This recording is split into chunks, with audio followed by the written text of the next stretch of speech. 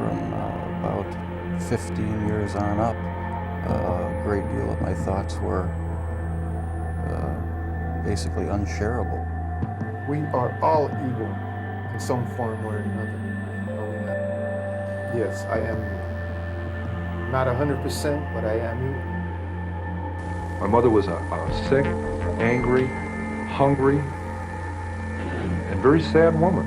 I hated her, but I wanted to love my mother. This is Serial Killing, a podcast. Hello again, and welcome to Serial Killing, a podcast, where we also veer off the serial killer path to delve into other topics within our beloved true crime community. Special thanks to some of my patrons: Sonia, Dan, Maya, Galen, Linda, Teresa, my dear three Emmas, Jessica, Lady Janice, Marie, Elena, Alethea, John, Nanette, Rachel, Sophie, Whitney, David, Catherine, Trudy, Stacy, and Holly. Thank you so much. You are truly appreciated. And for anyone else, please feel free to join my Patreon. Like, share, subscribe. It just might help our little community grow. And if you happen to watch on YouTube and also use Spotify, consider watching on Spotify instead, as they have been kind enough to sponsor me, and, well, we all know how YouTube treats us. But my podcasts are all written with a listener only in mind, so nothing is missed. This week's podcast will be part 2 of my 2-part series on Roman Polanski. If you haven't listened to the first half, go back and give it a listen, as it was about his childhood all the way through Sharon's murder.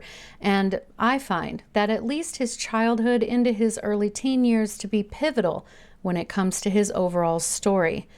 This half comes with my disclaimer, as it will be a bit more disturbing, so keep that in mind. With that said, let's get into it. So after Sharon's murder, Roman was devastated, as I imagine any of us would be.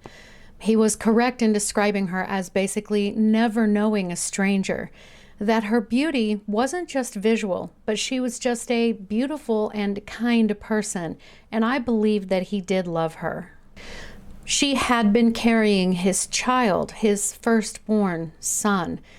We have to assume that he had finally been able to feel relaxed and comfortable, safe, after the childhood he had spent in constant fear, surrounded by death, and yet, just like his pregnant mother had been, his wife had also been taken from him, murdered brutally. But as much as we would like to feel as though he took his time to grieve and mourn the loss of his family that he was about to have, it would not seem as though he did. He took to bed many teenage girls. He wrote in his autobiography, quote, "It was now that Kathy, Madeline, Sylvia, and others whose names I forget played a fleeting but therapeutic role in my life. They were all between 16 and 19 years old, schoolgirls no longer, but not yet worldly wise women with professional or marital ambitions." End quote. He admittedly picked them up from a finishing school in Switzerland. Quote, "Sometimes, while waiting at the wheel with the engine idling for warmth's sake, I would wonder what the hell I was doing there."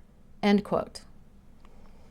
But Roman would say that he had a very high sex drive and that he felt that it fueled most of his ambition, energy, and creativity. But after he took some time off, he went back to making movies and in 1973 began working on the movie Chinatown for Paramount Pictures. He later admitted that he styled the lead actress, Faye Dunaway, much like how his own mother had dressed and presented herself before the war. The movie also starred Jack Nicholson, and it went on to be nominated for 11 Academy Awards. This would be the last movie Roman would direct in the United States. After the major success of Chinatown, Roman was living in Los Angeles and agreed to do a photo shoot layout for French Vogue in 1977. And it should come as no surprise that it featured very beautiful and very young ladies. One in particular that caught his eye was 13-year-old Samantha Gailey. At this point, Roman was now 44 years old. Let me set the scene. Roman asked Samantha's mother, who was an actress and a model, so you'd think she would have known better, if he could photograph her daughter for French Vogue, and she agreed to let him. During the first photo shoot, Roman began asking her to take her shirt off, and though she later said it made her very uncomfortable, she nonetheless complied. After, he requested another shoot with her. She later said that she had not wanted to do the second one, but agreed to do it. The photo shoot took place at actor Jack Nicholson's house, though he was in Colorado at the time. Jack was seeing Angelica Houston, who had been around but hadn't initially seen the young model. Samantha testified that he began taking photos of her drinking real champagne. Then he had her take a part of a Quaalude, which is a sedative, and before she knew it, she was feeling funny, and Roman asked her to lie down on the bed. She protested and made herself quite clear that she wanted no part of what she figured out was going to happen. But that didn't matter. He raped her, 13 years old, friends. During this horrid act, Angelica became suspicious as to why they had been in that bedroom alone for so long and came knocking on the door. When she didn't get an immediate response, she began banging on the door, demanding to know what was going on. Roman announced that they were finishing up a photo shoot and would be out soon. Angelica walked away. Roman wrote in his autobiography that it had been consensual and that he had not drugged her. Regardless, he was arrested and charged with drugging and raping the girl and was ordered to have a psychiatric evaluation for 90 days at the California Institution for Men. Before he was sent there, he was granted special permissions to travel to Europe to finish the film he was working on, but then he was to come back for that evaluation. But while there in Europe, he was photographed with his arms on and around many young girls with mugs of beer around him. Once he returned to California, he was released from the institution after 42 of the 90 days, expecting to be given probation. Roman's lawyer stated that the judge had suggested he might send Roman to prison and order him to be deported after he saw the pictures of Roman in Europe at Oktoberfest. Once Roman learned of this, he fled first to England, then to France, where he knew he would not be extradited back to the United States. And yes, technically, France can refuse to extradite its own citizens, and remember, he was born there. The next year, he granted an interview where he stated, quote, "If I had killed somebody, it wouldn't have had so much appeal to the press, you see? But fucking, you see, judges want to fuck young girls. Juries want to fuck young girls. Everyone wants to fuck young girls." End quote. Needless to say, this did not go over very well. But it was said that he was completely amazed that anyone could go to jail for this offense in America. And this was the 1970s, and attitudes about sex were still different then. Roman is European after all, and the age of consent here can range from 13 to 16. Now, I am in no way trying to justify his actions. I am most certainly not. In an interview with Clive James in 1983, Roman said, quote, "I like young women, let's put it this way. I think most men do, actually. Here you come to a concrete case for which I have been behind bars, and that's what you want to talk about? It was an afternoon, and I was about to make a series of photographs of young girls of that age for a French magazine called Vogue. And I found it quite an interesting enterprise, because I like girls of this age, and because the girls of that age, for some reason, liked me. And just went a little too far with this girl, and it happened one afternoon after I photographed her. The day after, I was stopped in the lobby of the hotel where I was staying in Los Angeles by a man who identified himself as a Los Angeles policeman. I was then booked, and the proceedings started. After almost a year of tremendous struggle and hardship, as you can probably imagine, and you may remember, of being on every page of every possible newspaper and magazine, eventually the judge who was in charge of the case decided to send me to a prison in California for a so-called psychiatric evaluation. So I went to Chino prison, and then the judge told my lawyer and the district attorney that he hopes that a report will be positive and that I will get probation. It was very positive, and then he called it a whitewash. So he found some other provision under which he could put me back and then decide when I will be released. And at that time I thought there was no more point to endure it, and I just left. As you know, it was quite a splash. Looking back at it, it probably was bound to happen, yes. It was bound to happen, although on my part it was done with all innocence. I have to point out that the girl has testified before the grand jury to previous sexual experiences. She told me how far back it was. There was no point of talking about it, but there is the fact that there were other men in her life, that nobody else had the same problems that I had, which means my profiles may be such that it attracts more attention. If it was somebody absolutely unknown to the press or to the public, he may not have had the same problems. Most of the people in the state of California are guilty of similar crimes since the age of consent in that state is 18, and it is very difficult to find someone who did not have a sexual experience before reaching this age. So that means that there are a lot of lawbreakers. With me, it was a bit more extreme, of course, because the girl was 2 weeks short of 14.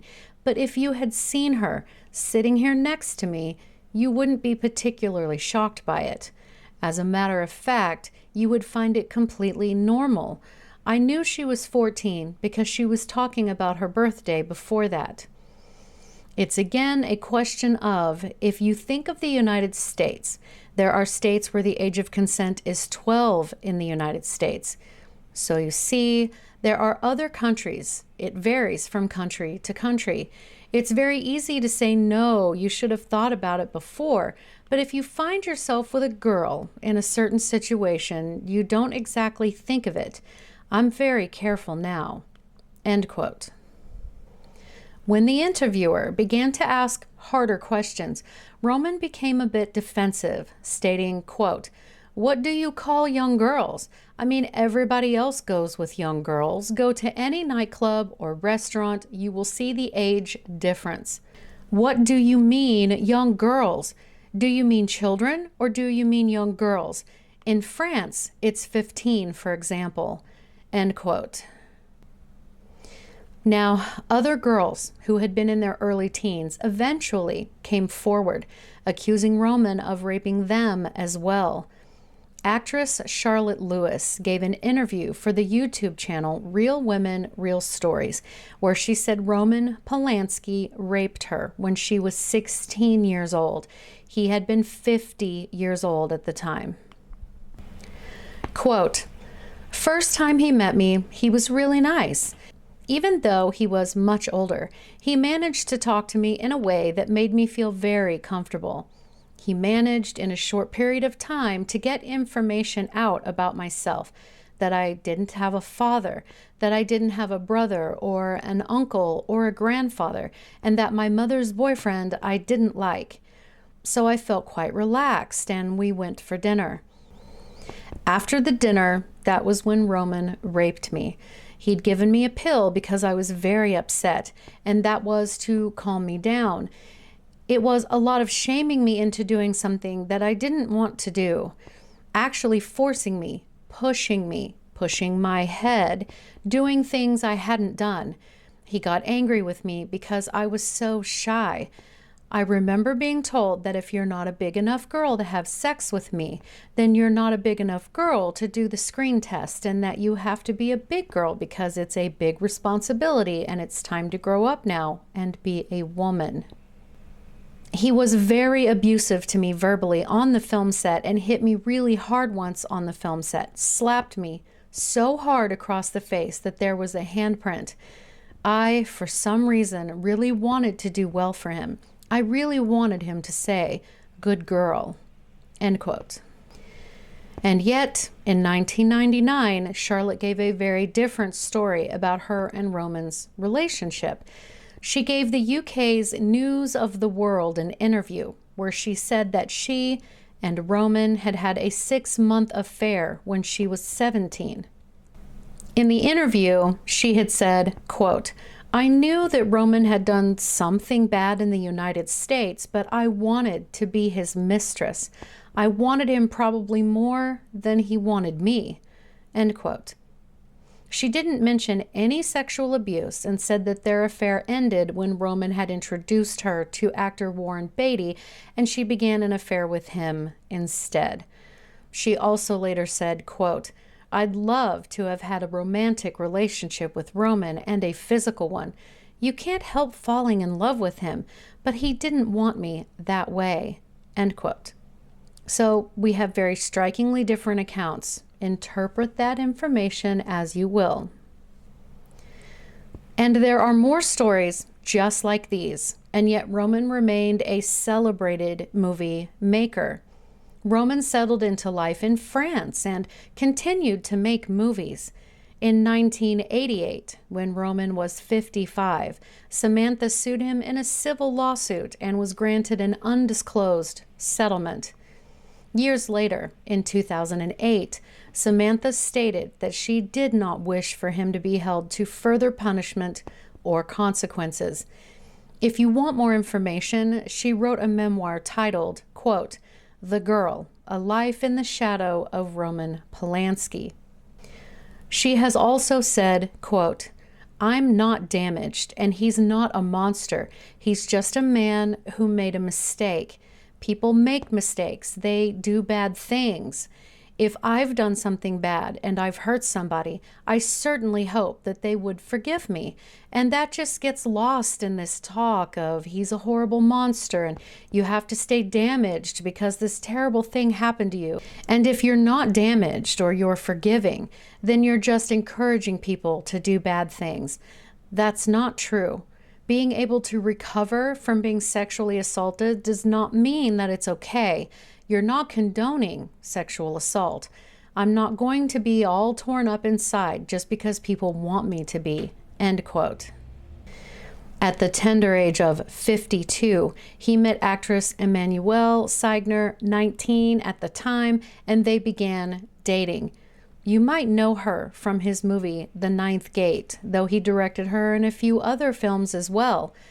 They got married when he was 55 and she was 22, and they now have 2 children together, Morgan, who is now an actress, and a son they named Elvis.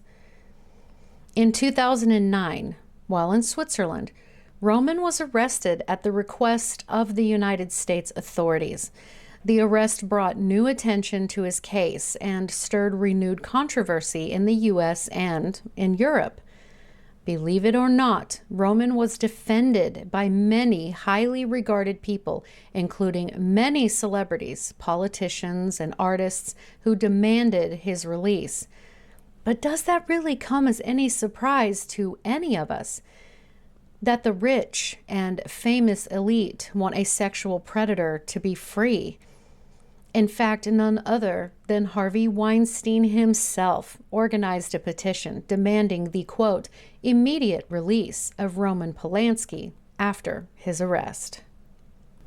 It is important to note that public polls in Poland and France were in favor of him being extradited back to the States, and the court of public opinion in America were reportedly not in his favor either. He was in jail for a couple of months and then released under house arrest. The next year, the Swiss did reject the U.S.'s request for extradition and then declared him a free man.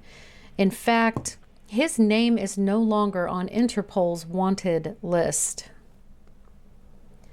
And ever since, he has been in and out of legal cases, nearly all from the original child rape case or related to something involving it somehow.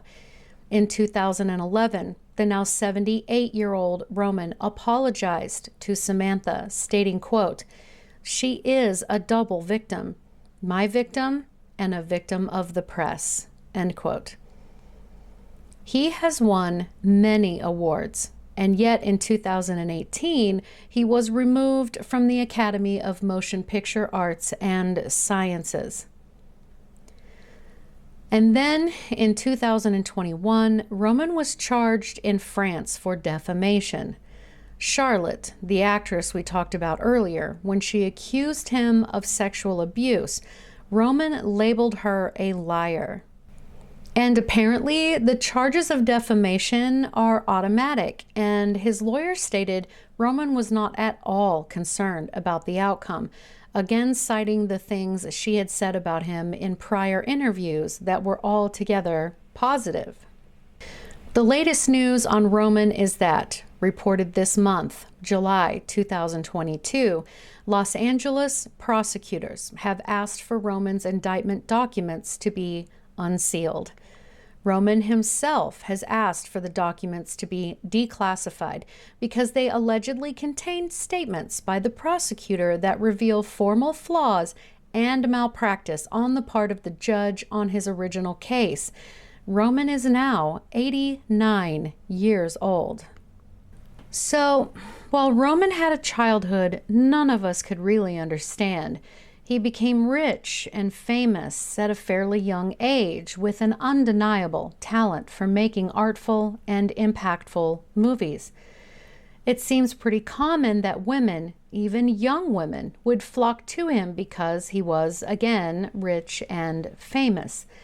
We can't really fault him for living in the parlance of his times.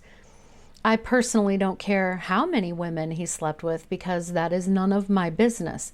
It becomes an issue when he is sexually attracted to younger teenage girls.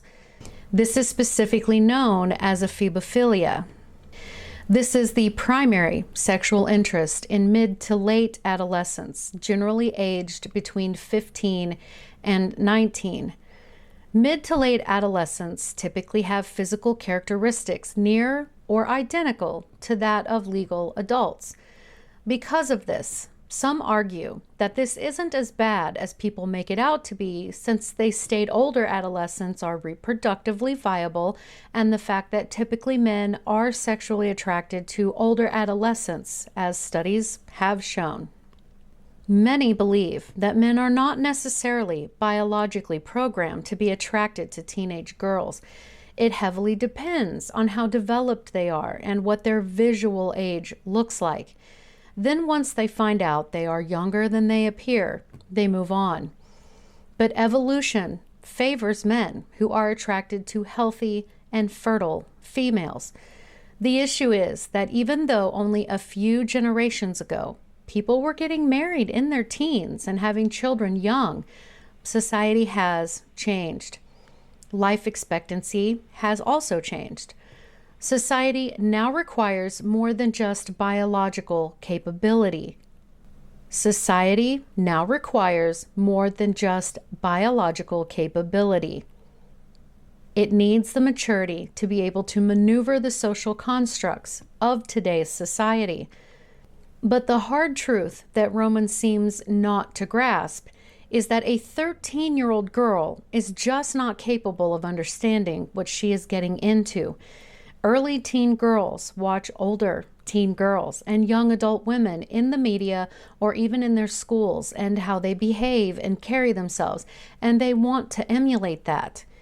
They are just beginning to sort of awaken to their sexual being, interests, and their hormones begin to shift. They are beginning to feel attractions that their underdeveloped brains are just not capable of fully understanding. They have very big feelings that they aren't mature enough to filter through and make informed decisions about. And no matter how much Roman expressed that, had any of us seen Samantha sitting next to him somewhere, we'd have thought nothing of it. That is simply not true. She was very visually, obviously, quite underage.